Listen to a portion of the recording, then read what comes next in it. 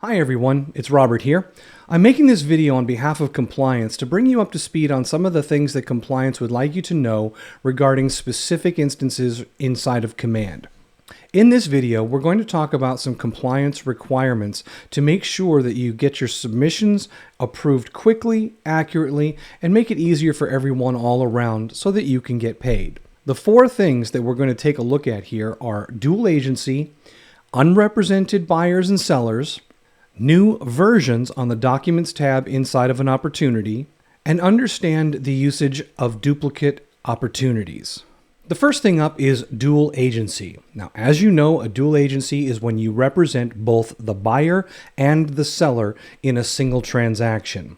Now, in this case, we want to make sure that you're actually submitting two separate opportunities to be paid. That means there's going to be two separate sets of documentation, two separate commission submissions, one for the buyer and one for the seller. Each of these versions is going to have its own set of required documents, conditional documents, and optional documents. You want to make sure that both of these opportunities have been completed fully and submitted properly so that you can get paid. Let's take a look at an example of a dual agency situation. I've opened up Command here and I'm looking at the All Opportunities tab within the Opportunities applet. And I've already done some pre-work here to make it easier for you to see this and understand it. I created a tag for dual agency and I assigned dual agency to both of the opportunities that I've created representing each side of the deal. So here I have Sally Seller, who represents the listing side of the deal. And you can see that I've given this opportunity a name of Sally Seller Listing 123 Main Street, and it's also listed as dual. Down below here, I have Bill Buyer, and he is listed as a buyer in the opportunity, and also 123 Main Street, also listed as dual. So you can see just by the nature of these two opportunities, one is a listing opportunity for Sally, and one is a buyer opportunity for Bill. Now, when we go into this opportunity, let's start with the listing opportunity. You can see that you have all of the required information for the listing side of the deal, including the listing information, Sally's information here, my little comment about dual agency, all of the property information, the estimated listing price, all the things that you would expect.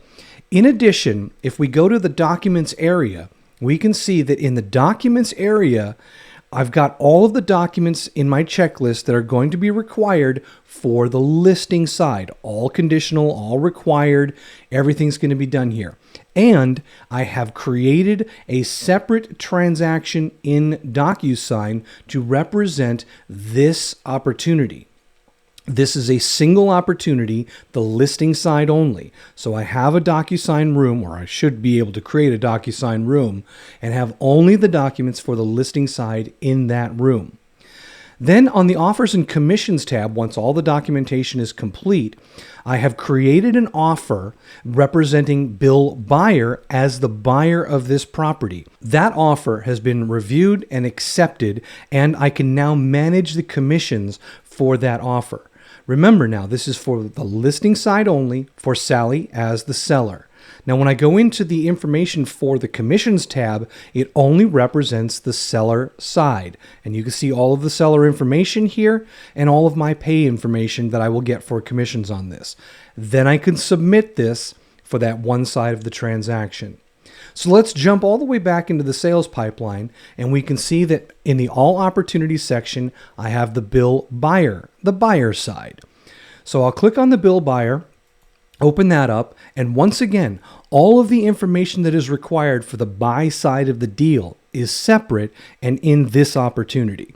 If I go down through here, you can see that it's got the address information, it's got the dates, it's got the costs, the price that Bill is buying it for. But of course, it doesn't have the listing information. The property information is on the buyer side.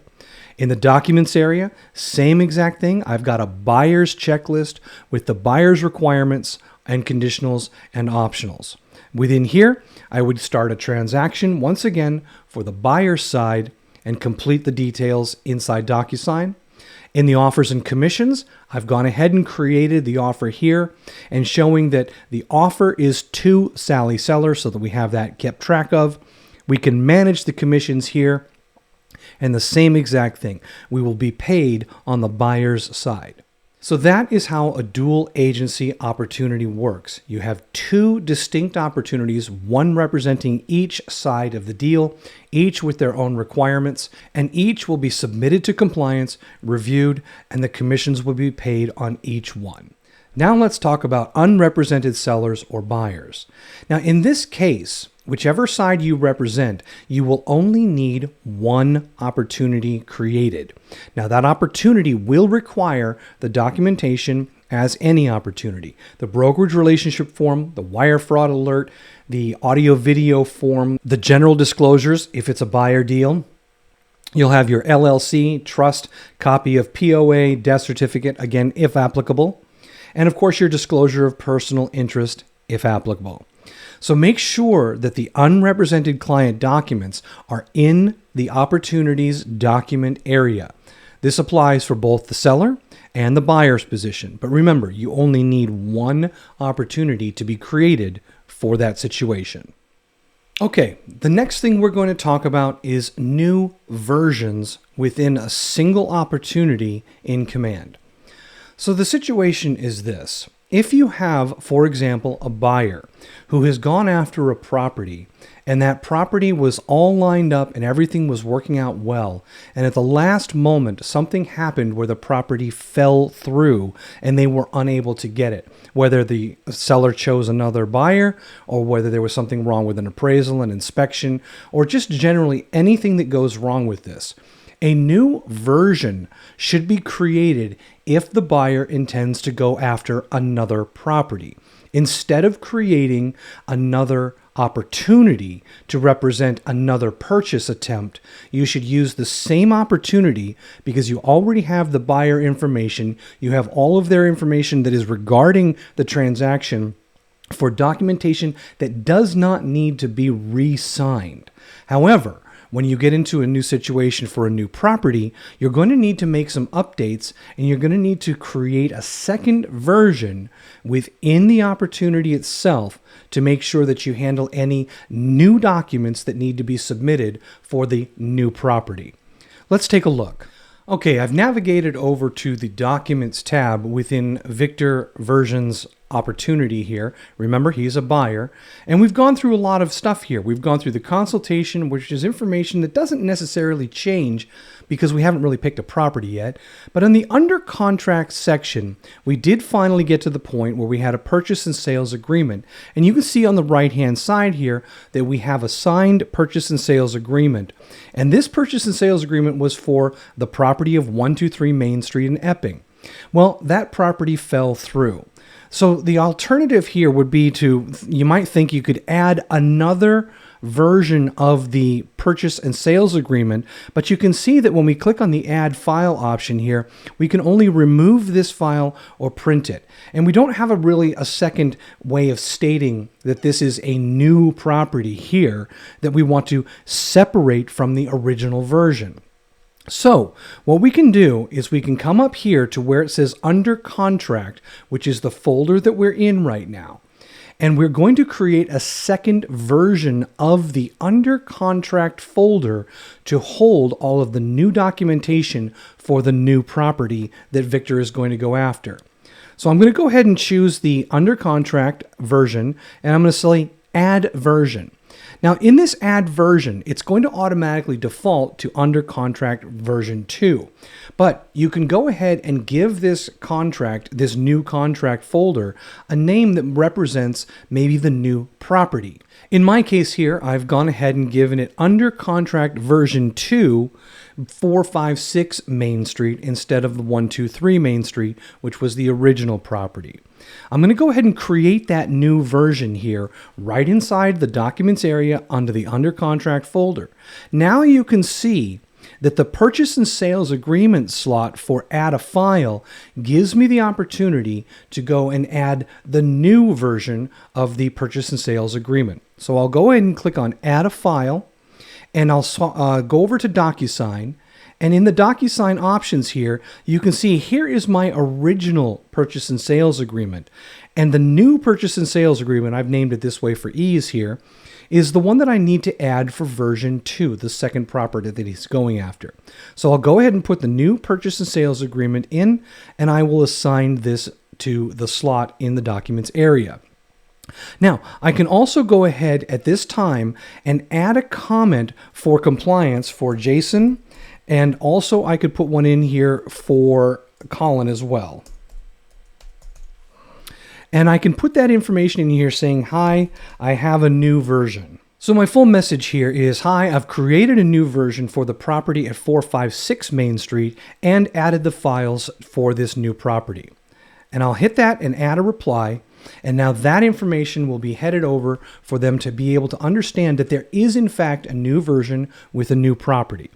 Now I'll go ahead and close this, and I want to complete this versions by talking about the actual name of the opportunity itself. The name of the opportunity didn't change when we created a new version. Only the version itself was created here under contract V2 456 Main Street. So the final step will be making sure that the opportunity name itself reflects the new property.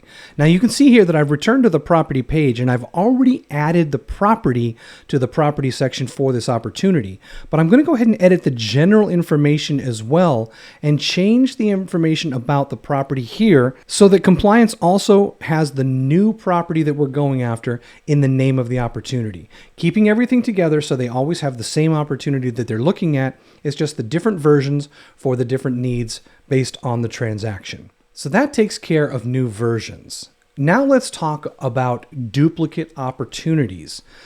Generally speaking, duplicate opportunities should be avoided if at all possible.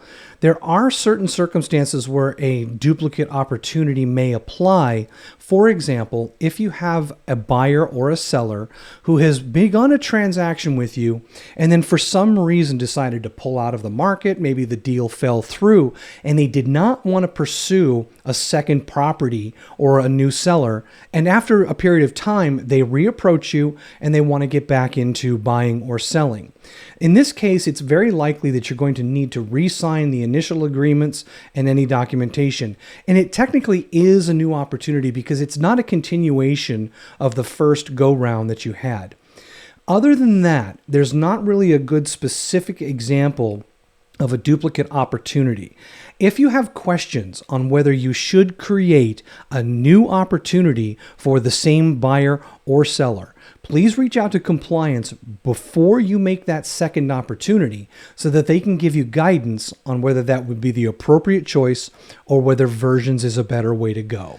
Keep in mind that all of these procedures and all of these requirements are in place to make it easier for you to get paid at the compliance portion of your opportunity, and also make it easier for compliance themselves to make sure that they're tracking the right opportunities, the right deals, and they can move quickly through to get you paid. So it's a good win-win for everyone to follow these guidelines. Well, that should wrap it up. I know it might have been a little bit long, but I hope you got some good information here that will help you make some decisions about what to do in the case of dual agencies, unrepresented buyers and sellers, new versions, and of course, duplicate opportunities. Thanks for watching. We'll talk to you soon.